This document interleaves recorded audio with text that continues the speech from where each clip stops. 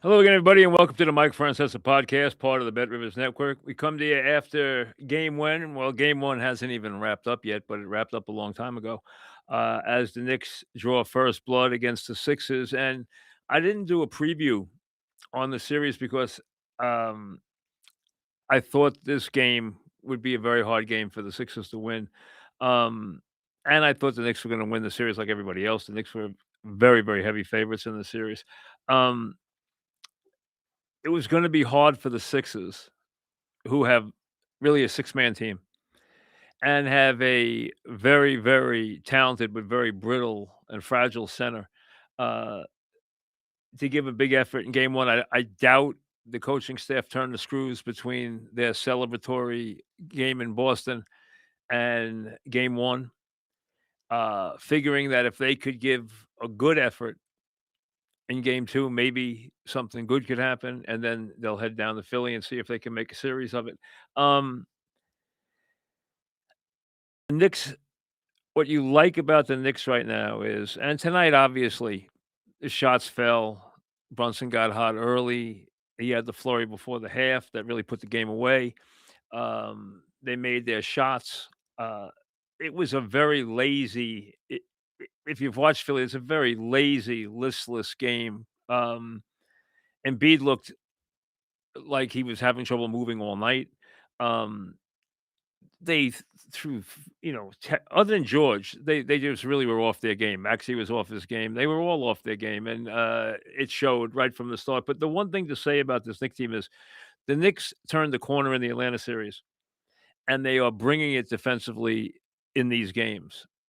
And the other teams are having trouble dealing with that right now.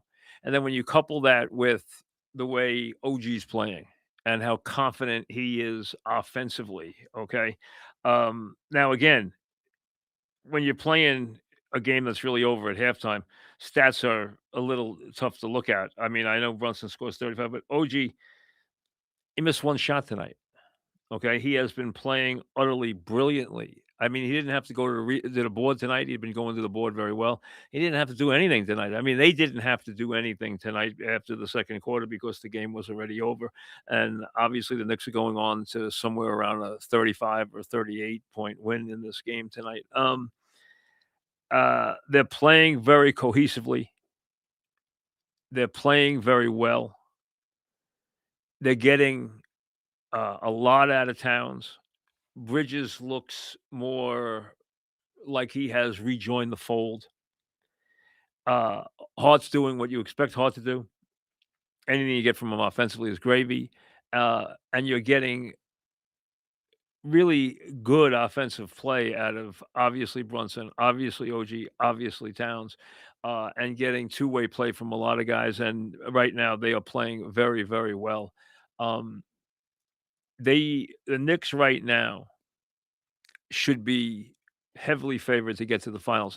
I do not think they'll win the finals. I've said that all along. I don't think anybody thinks, I'm not saying the diehard Knicks fan doesn't think they have a chance, but it's going to be a long shot. They're going to be a very decisive underdog, but that's fine. Forget that. The idea this year is to get to the finals and then take your best shot. And I think things set up very well for them. Cleveland is a puzzle to me. They should be better, but I'm not a Harden guy. If you've listened to me through the years, I am not a Harden guy in any way. But Cleveland is just a puzzle. They really are. Detroit will try hard. They'll bang, they'll play defense. Cunningham is really good, and I thought Harris played really well in the Orlando series, and Orlando gave that series away. I mean, gave it away, but in game 6, but they don't have a legitimate bona fide guy they can count on to score other than their star, and it's not enough. It's just not enough. Against a good team, it's really not enough. And I would think Cleveland would beat them, but I don't know what to make of Cleveland right now. You look at Cleveland sometimes, and they just don't play at all. And I'm talking about Mitchell, I'm talking about Harden, I'm talking about, Allen was enthusiastic last night, really enthusiastic last night, but not always the case. Just so puzzling.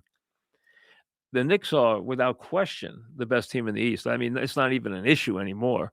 Um, will Philly have its moments in this series? They might. It'll depend on Embiid. They'll get good games out of Maxey. George will do what George does.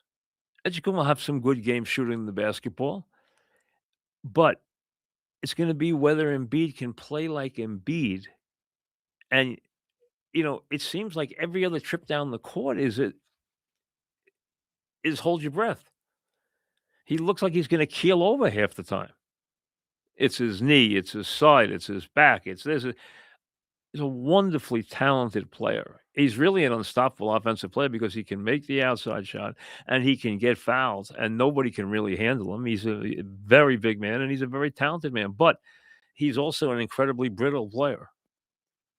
And it's hard to see him doing it game in and game out. Now tonight he got a game where he didn't have to do much. They called the dogs off early. He got some rest. I'm sure it'll be different in game 2. But the bottom line is without him playing to the level of where he's scoring 30 points and getting 10 rebounds and fouling out Towns and fouling out Robinson, Philly's not gonna beat the Knicks. That's all there is to it. And now the Knicks are 1 game up, and you ca listen, you take it 1 game at a time. And I know a lot of people were bailing out early in the Atlanta series, and Atlanta posed a couple of problems they weren't ready for, but they adjusted to it, and they did what they had to do to Atlanta, and they completely took over the series and dominated it, and right now they continue to play that kind of dominating basketball. I mean, these kind of playoff games are no fun, let's be honest. This game's over at the half. There's no intensity. The 4th quarter is all going when you're going to a playoff game and the entire 4th quarter is garbage time, I mean, it's not very exciting, but hey, a win's a win. That's all that's the only way you can look at it. In the West, I would be very surprised if we don't get the OKC San Antonio matchup that we expect to get. I look forward to that series. I think everybody who likes basketball will look forward to that series. Hopefully, Wemby's healthy. Hopefully, OKC is healthy, and we get a series played on a very high level there. And they are 2 very talented teams. There's no question. And obviously, OKC, if they had one team that gave them any trouble, it obviously San Antonio. So we'll see how that unfolds. But I expect to see OKC in the final, and anything except the final for the Knicks will be a bitter disappointment. I think having a final in this town will be a very big deal, a very big deal. And the one thing historically is you get to a final and you just don't know. So many times through the years, an injury, a weird injury, a sprained ankle, a collision, somebody goes down or whatever, a shoulder, this, that. The bottom line is it can change the face of a series dramatically. So you just never know. And that's why you got to get there. And right now the Knicks took their first step to get there in an effort where there's really not much to analyze tonight. I mean, let's be honest. I mean, uh, 35 points in 30 minutes for Brunson. OG continues his incredibly efficient scoring. Towns, again, you're talking about Towns tonight playing 20 minutes. You're talking about these guys basically all playing half a game tonight. So there's not really anything to discuss as the Knicks roll up big numbers and put up game number 1. A couple things here now. Obviously, the story of the day, I didn't come on and do anything about it because I think that it was handled uh, so well in so many places, and it really is a baseball thing because that's where John Sterling lived, and very much a Yankee thing. I did go on with Dog today to discuss John, who we knew. I knew John. I knew John before I did the fan. Um, I talked today about how I listened to him when I was a little boy. He used to do a talk show on WMCA. I listened to it when I was in grammar school. I listened to it a lot. There's no question, and I was like, "Wow," and that's was more than anybody else in town. That was really my foray into sports talk radio, was Sterling Show. I still remember, and Mimic the commercial, La Vegalante, if you go back with the show, you understand what that means. Um, what I said about him today was, I knew him through a lot of his broadcasting jobs, and he had a lot of them. He was an accomplished play-by-play guy. He had great pipes.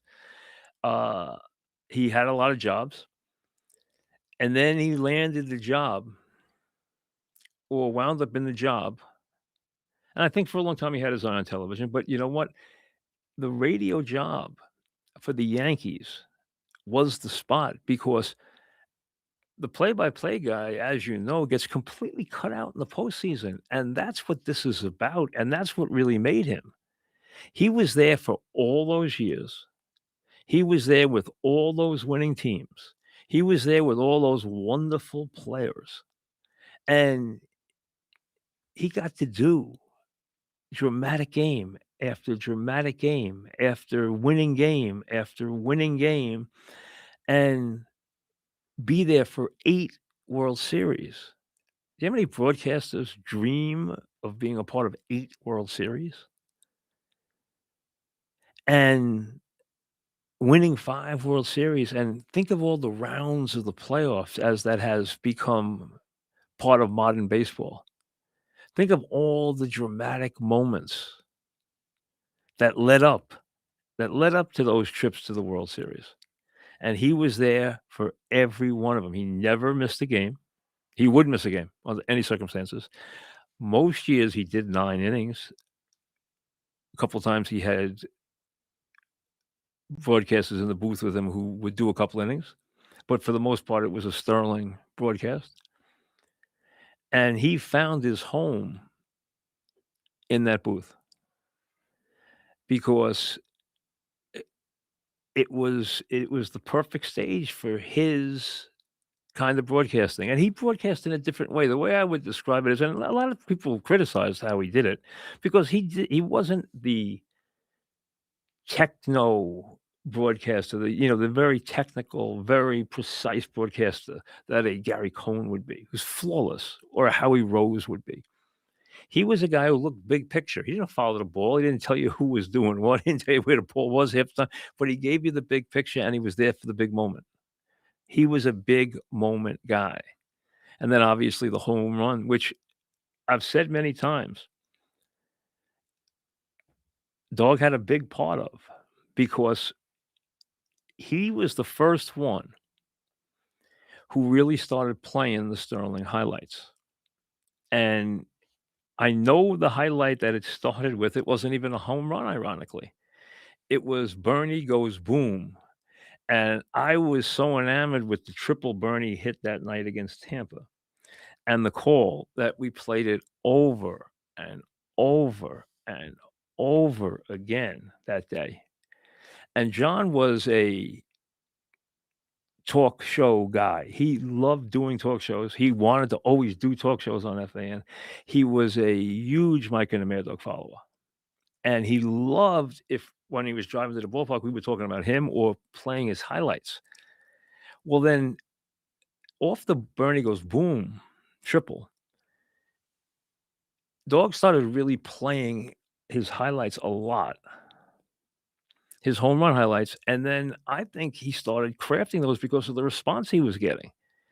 And then later, all the shows picked it up, and then obviously it became part and parcel his signature to create one for every player, and what was the one gonna be for the new player, for the new star, for this, for that, and that became his cottage industry, as was the trademark the Yankees win, and the Yankees won a lot when he was behind the microphone as the legitimate voice of the Yankees. He was there forever. He did every game. He did almost every inning of every game. And he was for a lot of Yankee fans who forgave him some of his different ways of broadcasting and really got into the drama and the entertainment and all the excitement that he brought, and remember, he was blessed with an incredibly good voice.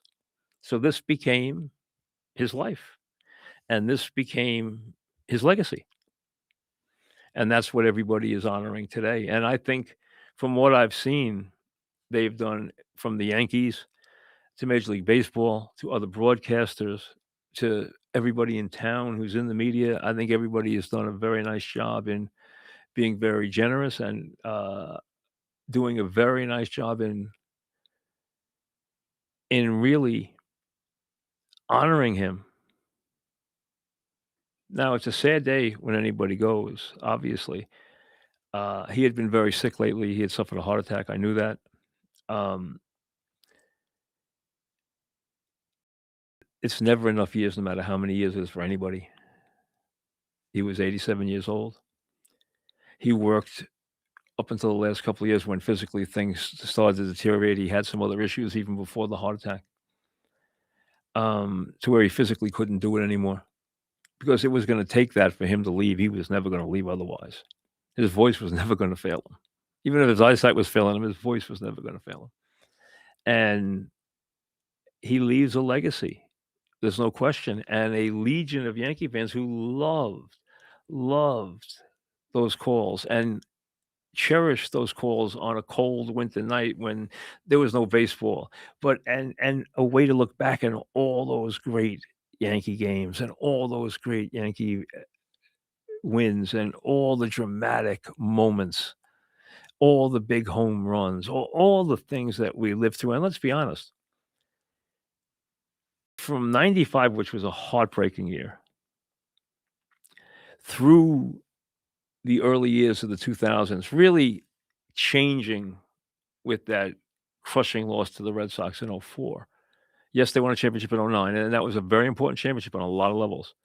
But from '96 to '04, they were an incredible show. They won all the time. They were in it all the time. They were the team, and he was not only a part of that, he was the soundtrack of that, and that was a great time here. I mean, I think back to '96, the pink Cadillac, the incredible ride. I think back to what went on in '98 and '99 and even 2000 where the Subway Series left us high and dry. It was not as impressive or as exciting as we thought it would be, but we still had that moment. And then everything that went on in 2001, both in New York and around New York and everything else, through the disappointments, well, the positive, then the negative of '03, the crushing collapse in '04. Still, he was there for every bit of this, and Yankee fans grew up with him.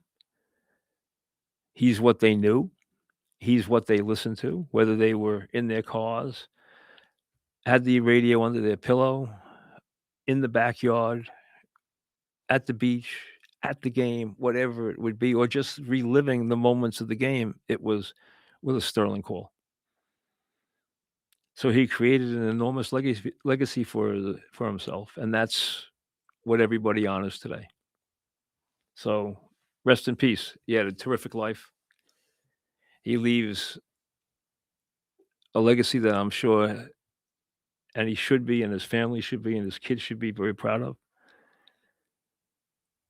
And, you know, the best thing they can say about you in this business if you're a broadcaster is that you brought a unique quality. You were different. There was nobody like you, and I think that's true of John. John was different. There was nobody like John. He was eccentric, he was dramatic, he had a flair. I he was very colorful in his life.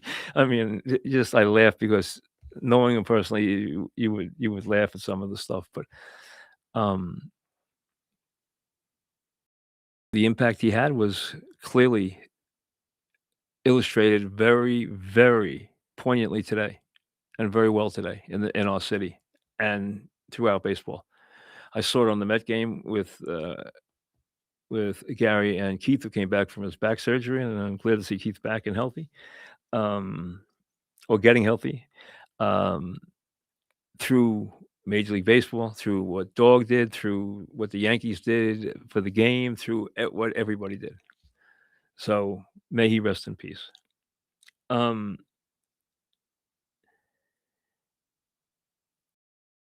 I can tell that the Yankee fan is starting to develop a smugness about this team, and they are off to a very nice start.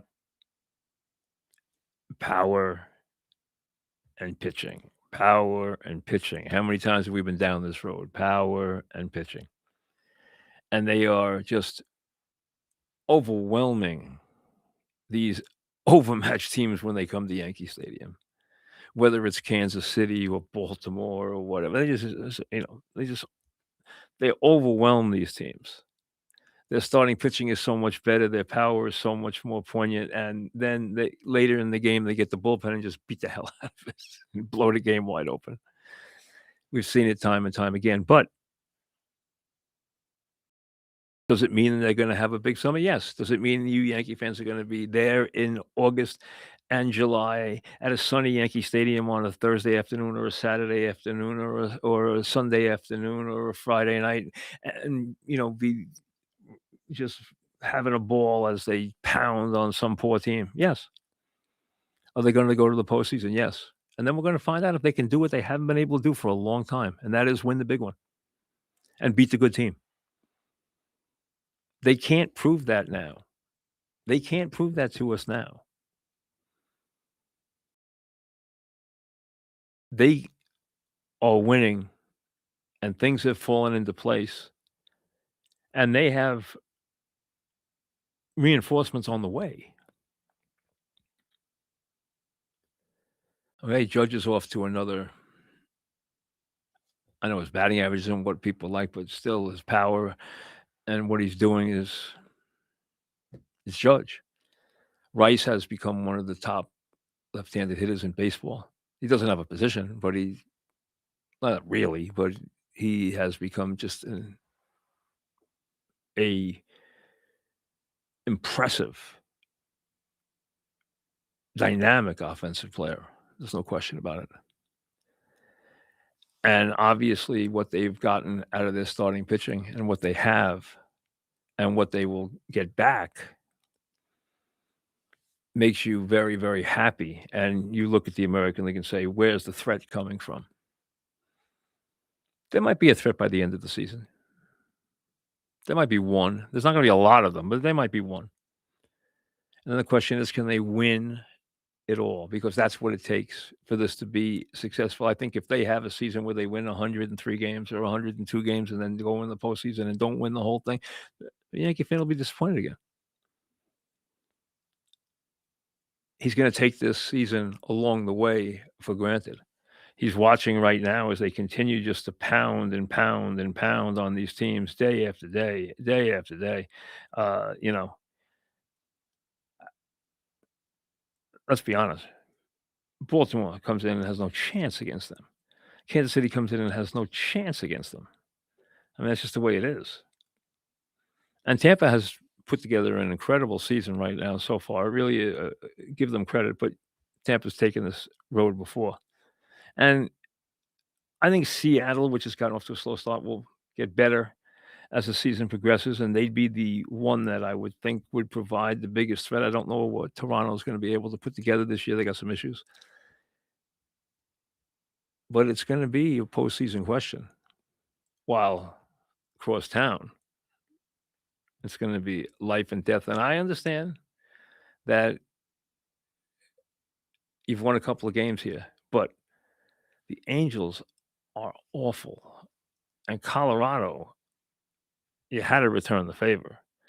This is a trip that should be successful, and there's a lot of ground to make up, and a lot of things that have to get better in a hurry before anyone can get excited about what's going on over there. So I take that all with a grain of salt until I see a lot more, a lot more.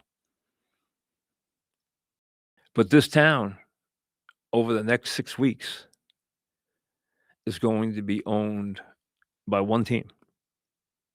Every step they make, every game they play.